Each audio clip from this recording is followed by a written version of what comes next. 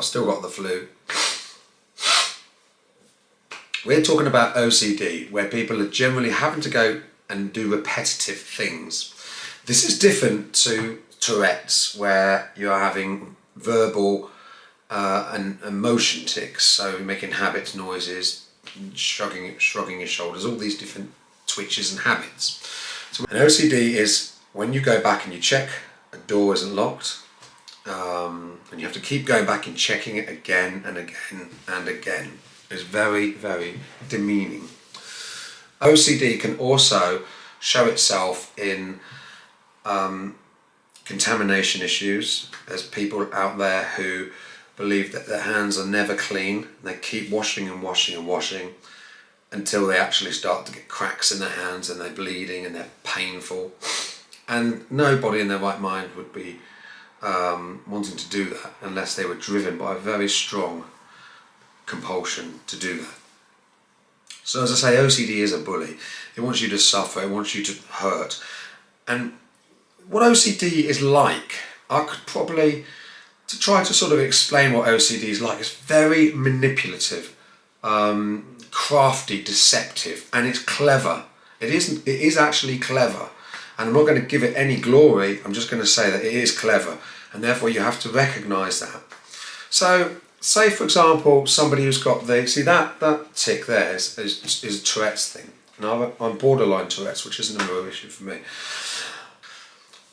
So with OCD, let's take an example that people may relate to, and if not, turn it into one of your OCD rituals that you do. But for me, a common one would be obviously checking the lock or going back and doing something several times.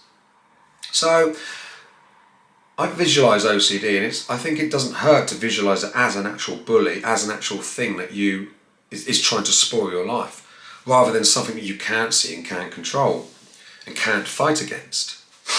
So OCD, if I'm going out, OCD will always try to do the door's not locked problem, and it will make me get complexed about that.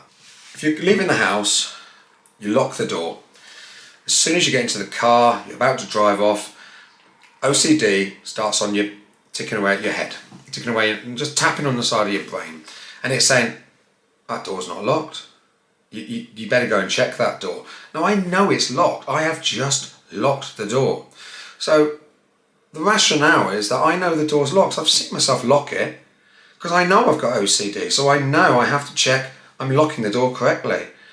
I've heard it click, I've checked it afterwards, I always check the door afterwards to make sure that it is properly locked. So I completely know it is locked. So that's my defence. Now OCD stands here, and it's a kind of prosecution, I suppose, in a way. It's a bit like a sort of a court of law kind of scenario. That's the evidence I've got, but OCD will go, oh, but are you sure? Are you sure you locked it? Are you sure your memory of locking it wasn't from yesterday? Are you sure that the key did click, or it wasn't just the keys jingling whatever on the key fob, or another key hitting another key making a clicking noise? So I've got two doubts now that they don't really hold any water. They're not really completely substantial. They're probably about 15% valid. Yes, it's possible that my memory, maybe I was thinking back to the day before when I locked the door. And it's unlikely that two keys hitting each other are going to sound the same as the lock when it clicks. So I'll give it 10-15% validity. It's a possibility. So OCD goes, well, that's 30%. So OCD then comes forward with its case. It says, well, okay, I may only have 30% of an argument to say that you might not have locked the door, but could you really afford to drive off and go away for the day and come back and all of your possessions have been stolen and taken and you're not insured because you left the door unlocked? And then it also comes and hits me with, how hard is it for you just to get out of the car and go and quickly check the lock again?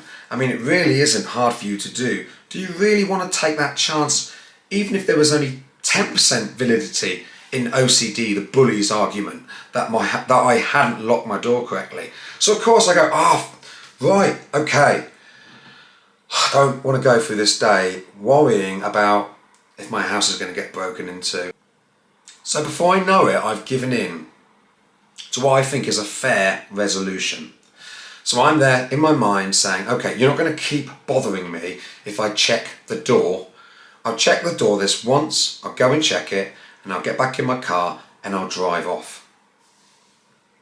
But as soon as you have given that bully a foothold, and it's like letting it have a foot in the door. You've gone to close the door, but you've let it have a foot in.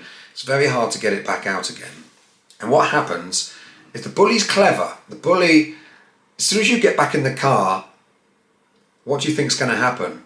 If you're not an OCD person, I expect that you might think, well, the bully's going to ask you to check the lock again. No. This is why the OCD is clever. The OCD generally will not push its luck. What the OCD will then do, it sits on your shoulder, it will smirk and smile, you'll go and check the lock, you'll get back in your car, you'll drive off, you'll have a very good day, you will not worry about the house being unlocked. And that's OCD's weapon, because what OCD does is it will lure you into a false sense of security. You think that your reasonable resolution has resolved this situation and you've been able to go out and have a good day without worrying about the door being locked. So what? You had to get out of the car, it took 20 seconds to check. It wasn't really a problem. But where OCD is cunning and clever, when you next have to go out and you next get in your car, OCD is going to be tapping on your shoulder, door, and you won't even think about it. You'll get back out and you'll check it. Because your recollection of your previous encounter was you had an ordeal. You had this imaginary court of law argument with OCD where you were saying, I know I locked the door, and OCD is saying, wow, you sure you locked it? You sure you didn't forget? You sure you didn't hear the door? And it was aggravation you could do without. And in the end, the resolution last time was you went and checked the door for 20 seconds, you had a peaceful day. So when OCD, the second day or the third day or whenever you next go out, knocks on your shoulder and taps on your brain and says, door lock, you think, right, I'm not going to go through that argument again. I do not want to go through that aggravation. All I've got to do is go and check the door. It takes 20 seconds and then I'm off to have a nice, peaceful day. Back into the car, and then OCD has gone, well, maybe just, check it the third time. 3 is a good number, You go, I'm not checking it the third time. And then OCD will keep going on, and it will basically keep pushing this argument forward that the door's not locked. You can turn around and go, I've checked it twice. But you know how easy it is just to quickly give into OCD's condition. So you may possibly go, right, okay, that's it. I'm checking it for the third time. I'm never checking it again. I'm not checking it more than 3 times. And you go and do it.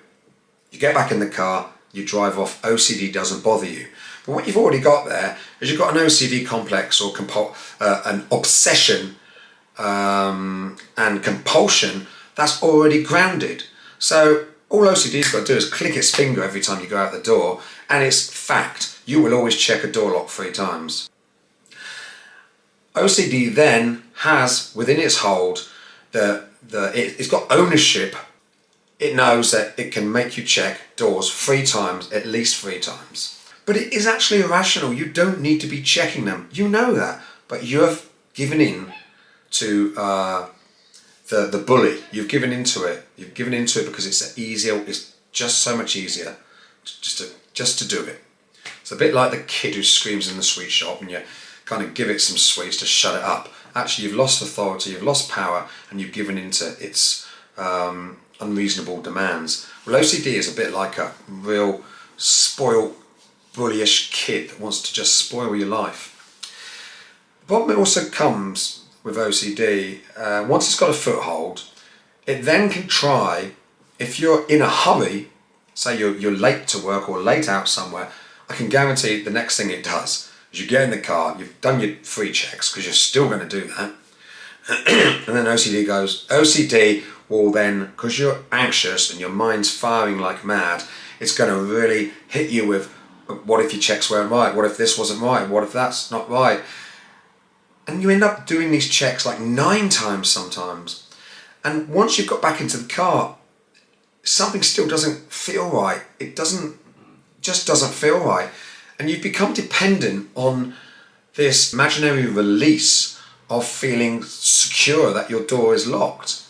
And it's very, very psychological. The more you do it, the worse it can get sometimes. And it can break you down. It can really crumple you onto the floor.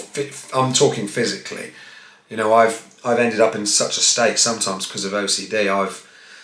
It's just been demeaning and demoralising what it can actually do to you. It's just, give me twitches thinking about it. And it's just an ugly, ugly thing.